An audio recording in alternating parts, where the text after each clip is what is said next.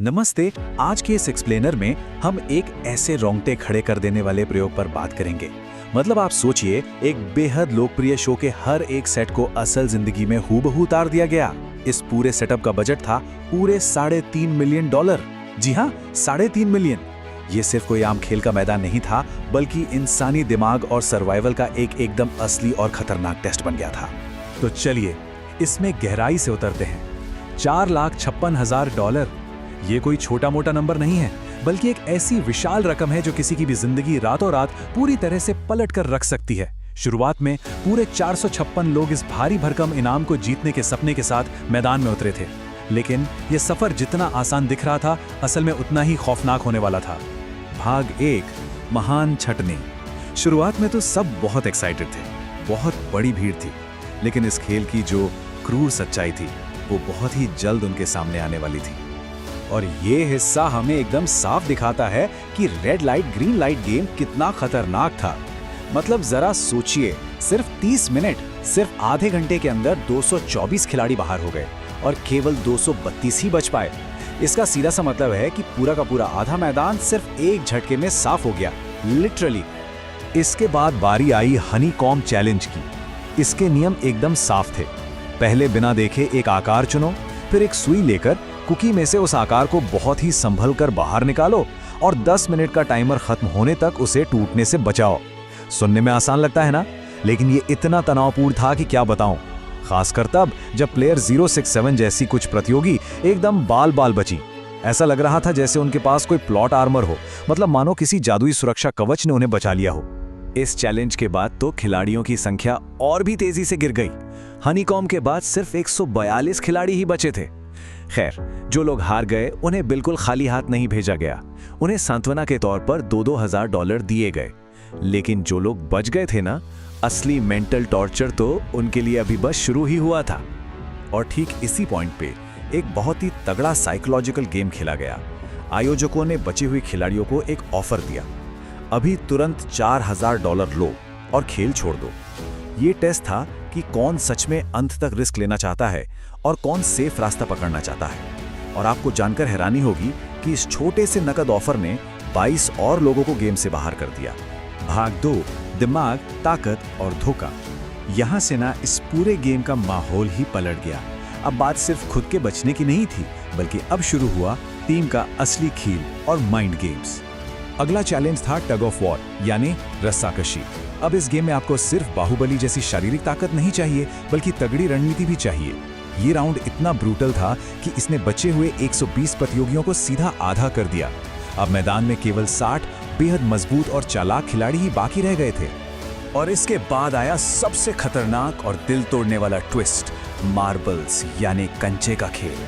पर्दे के पीछे से ना आयोजक बहुत ध्यान से देख रहे थे कि कौन सा खिलाड़ी किसके साथ सबसे ज्यादा घुल मिल रहा है। और फिर उन्होंने खिलाड़ियों को अपने सबसे अच्छे दोस्त या रूममेट के साथ जोड़ी बनाने को कह दिया। शुरू में सबको लगा वाह क्या बात है, लेकिन जल्द ही उन्हें समझ आ गया कि उन्हें एक साथ नहीं बल्कि एक दूसरे के खिलाफ खेलना है। जरा इस बात को फील करके देखें। हमने एक दूसरे से वादा किया था कि हम धोखा नहीं देंगे। ये लाइन मैदान के हर कोने में गूंज रही थी। इतने बड़े इनाम के लिए पक्के दोस्तों को ही आपस में लड़वा दिया गया था। आपसी रिश्तों का जो टूटना यहाँ दिखाना, वो किसी भी फिजिकल चोट से कहीं ज्यादा दर्दनाक था। टेंशन और प्रेशर इस लेवल पर था कि कुछ खिलाड़ियों ने अपनी किस्मत का फैसला एक साधारण सिक्के के उछाल पर छोड़ दिया। मैं तुम्हें अपने सबसे अच्छे दोस्त को बाहर करने का सम्मान दूंगा। सोचिए, एक इंसान के लिए अपने ही दोस्त को बाहर का रास्ता दिखाने का बोझ कितना भारी होता है। जब प्रेशर एकदम पीक पर होता है ना, तो इंसान का दिमाग बहुत ही अजीब तरीके से काम करता है। चलिए आगे बढ़ते हैं और देखते हैं इसके बाद क्या हुआ। जब टाइमर 0 पर रुका तो पीछे सिर्फ 30 खिलाड़ी बचे थे, और यकीन मानिए वे सब अंदर से पूरी तरह टूट चुके थे, क्योंकि उन्हें आगे बढ़ने के लिए भारी मन से अपने ही करीबी दोस्तों को बाहर करना पड़ा था। भाग 3, विश्वास का पुल। अब हम आ गए हैं उस पड़ाव पर जहां आपकी चालाकी या शारीरिक ताकत बिल्कुल काम नहीं आ सकती। यहां आगे बढ़ने के लिए सिर्फ और सिर्फ आपकी किस्मत और आपकी हिम्मत की जरूरत थी। वैसे असली शो में इस पॉइंट पर एक बहुत ही हिंसक लड़ाई हुई थी, लेकिन यहाँ उसकी जगह खिलाया गया दक्जी का गेम।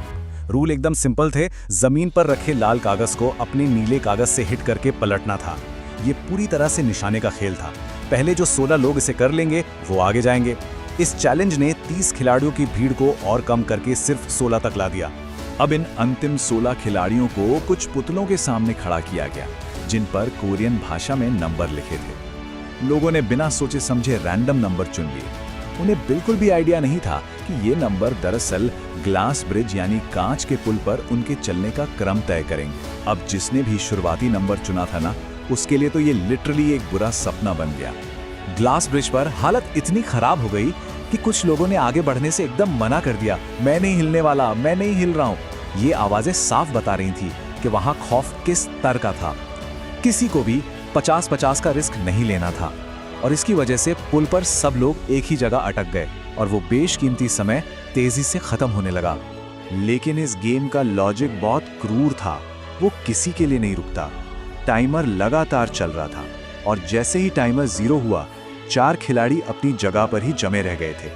वीडियो रिप्ले से कंफर्म हुआ कि उनका टाइम खत्म हो गया था। जरा सोचिए, सिर्फ एक पल की हिचकिचाहट और वो इतने बड़े इनाम की रेस से हमेशा के लिए बाहर हो गए। भाग 4 अंतिम कुर्सी। बचे हुए लोगों को एक शानदार स्टेक डिनर दिया गया, लेकिन उस पार्टी में भी ना एक अजीब सी टेंशन घुली हुई थी, क्योंकि हर कोई जानता था कि असली और आखिरी मुकाबला तो अभी होना बाकी है।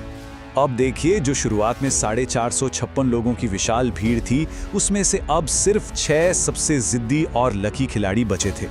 ये एकदम क्रेजी सफर अब अपने बिल्कुल आखिरी पड़ाव पर था। अब इस पॉइंट पर जो बात सबसे दिलचस्प है वो ये कि असली शो में तो एक बहुत ही हिंसक स्क्विड गेम खेला गया था, लेकिन यहाँ प्रतियोगियों को असल स्क्विड गेम के कोरियन नियम पता ही नहीं थे, इसलिए इसे बदल दिया गया बचपन के मशहूर गेम म्यूजिकल चेयर्स में। पर हाँ, यकीन मानिए, ये कोई नॉर्मल म्यूजिकल चेयर्स नहीं था। इस हाई स्टेक गेम के रूल्स बहुत ही सख्त थे। आपको बिना रुके लगातार कुर्सियों के चारों तरफ चलना था। रुकना या कुर्सी के पास मंडराना एकदम मना था। और सबसे मजेदार बात, जो होस्ट म्यूजिक को कंट्रोल कर रहा था, उसकी आंखों पर पट्टी बंधी थी, ताकि एकदम 100% फेयर गेम हो और किसी के साथ कोई पार्शियलिटी ना हो। और फिर एक एक करके कुर्सियां कम होती गईं और आखिर में सिर्फ एक ही खिलाड़ी बचा।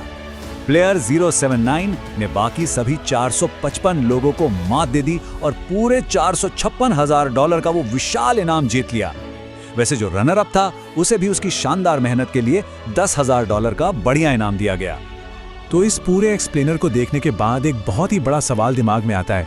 इतने भयंकर मेंटल प्रेशर और इतने बड़े इनाम के लालच में क्या कोई भी आम इंसान सच में कांच के पुल पर छलांग लगाने का रिस्क लेगा?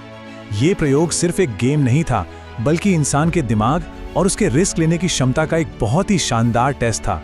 तो आप खुद से पूछिए, अगर आप वहां होते